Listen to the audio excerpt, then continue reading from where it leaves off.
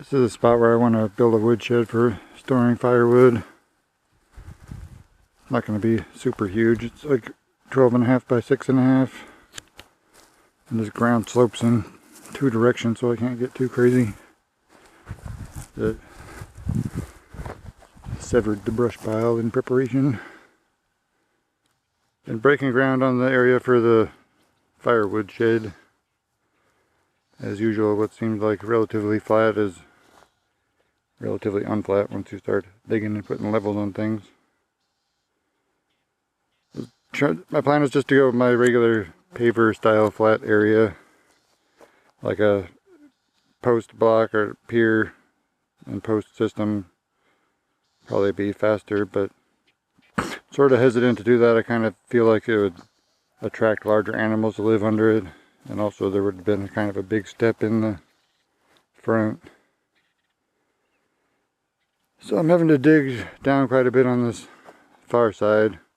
Probably going to do kind of a quick timber style retaining wall on those back corners, and hopefully this front side isn't too high that it's hard to blend in. That will depend on how far down I dig on that side, but we're getting somewhere. I got the frame for the main field of the foundation in today. This other little square is for a water tank, because I've got a bunch of kind of salvaged steel panels that I was going to use for the walls and roof, so I figured may as well try to collect the rainwater as I keep it off the firewood. I'm kind of on the fence now about, my initial design was just to extend this for the water tank base. I'm contemplating cutting it off and lowering it because this side is getting a little bit high for making the dirt levels blend in. Not sure yet.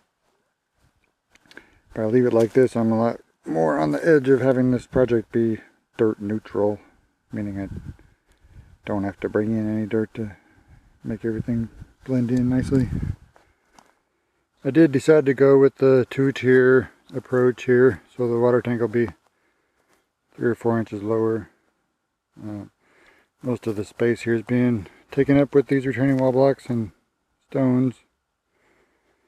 These retaining wall blocks were destined to be returned anyways, because they were kind of cracked or had other splits, but should be fine for this application because pretty much everything here is going to be buried eventually anyway.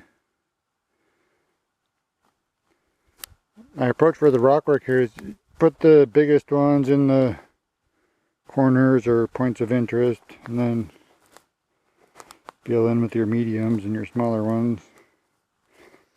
When you're scavenging, anything with a 90 degree is useful, or flat face, or anything wedge shaped.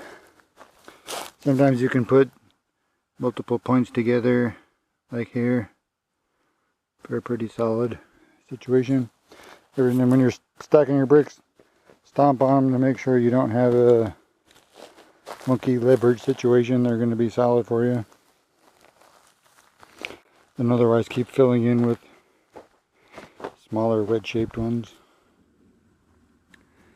Coming along on the foundation work here. Added this timber retaining wall to kind of shore up where I removed dirt. And also I realized that whatever I built on this pad, I'm going to need maybe 12 inches to be able to drive screws into it, so added a little perimeter space around the frame. These are 4x6 timbers. I cut a little bevel off each edge there, spray painted it brown to match the color and hopefully give it a little more durability. So they're screwed together with some of these mega screws, and then they're hole drilled straight through both of them, 3/4 inch hole with the stake such as this one driven through it into the ground.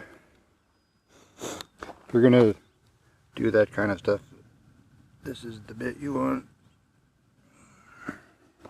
So I'm gonna add one more layer on top, but I'm not gonna stake it through. I'm just gonna screw it to itself into the top.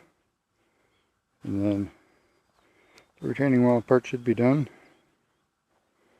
And I need to work the inner dirt level here of the frame to bring it down to where I can screed and get sand there. It's high on this side and it's low on this side. I was throwing the clods into the water tank frame. I got them broken up a little bit, but I'm going to want to wet that down and settle it as much as possible to get it good and compacted and settled so it doesn't settle on me after the papers are in there.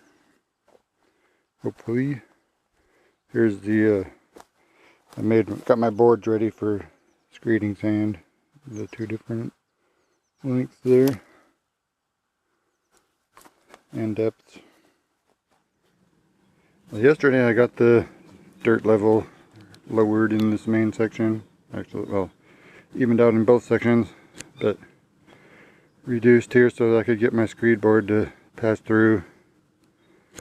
And I went through with the ground pounder plate tamper, trying to smash everything solid. Then I hosed it down, try and just get more settling and wash any small pieces into any voids, hopefully. And this morning came through with some damp sand and got the blocks laid in this smaller section. Start working on the bigger one now. I got all the pavers put down. For the next step, a lot of times I'll just sweep dry mortar mix powder into the cracks. The polymeric sand works a little bit better, and I have a bucket and a half of it. It's been underfoot for quite a while and no other purpose coming up soon, so gonna use that up. Might use some mortar powder too.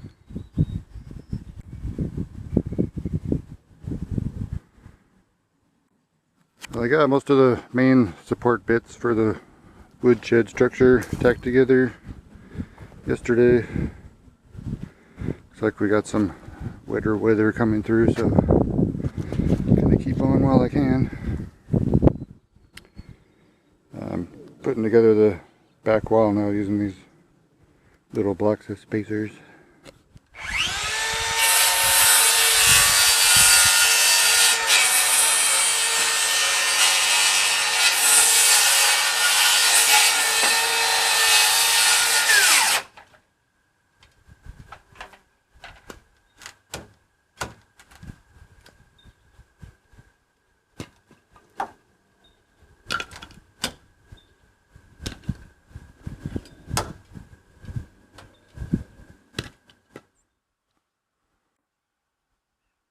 So the framing for the woodshed I got totally done yesterday.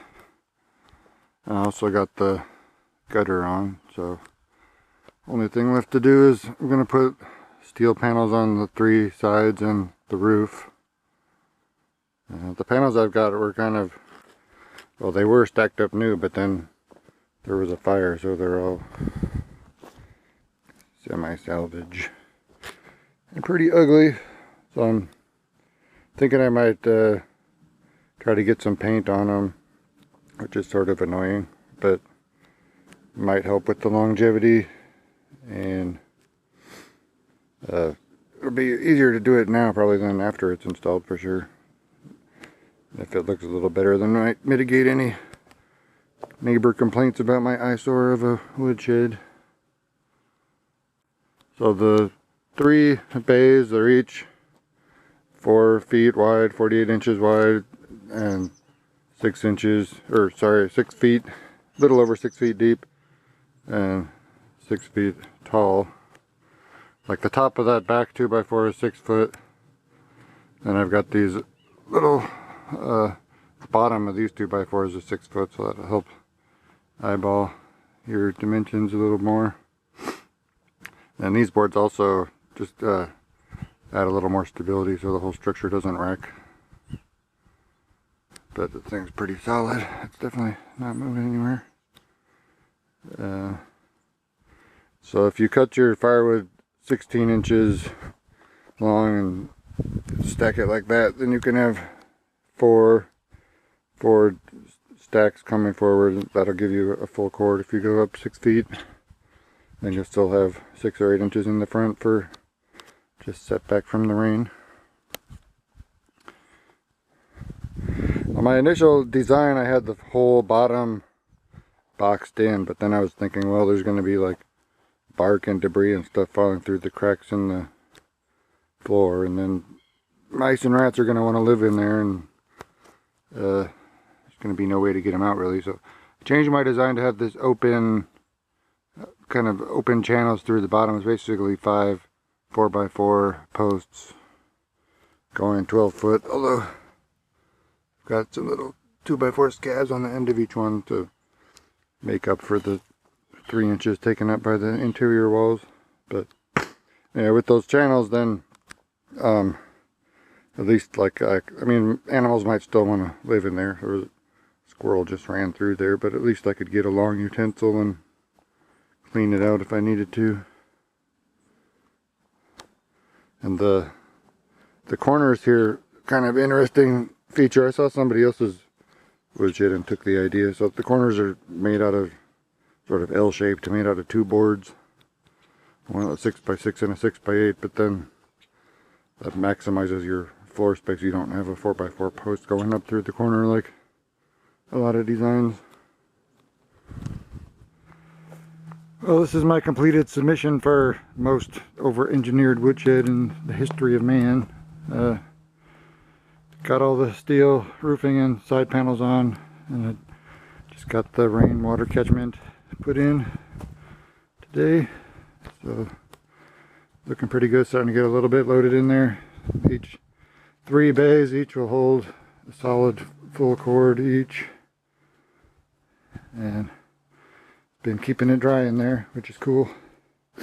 I noticed just a touch of condensation coming from the roof at one point, but certainly way less than if it was getting directly rained on, and the wood's not in contact with the sides.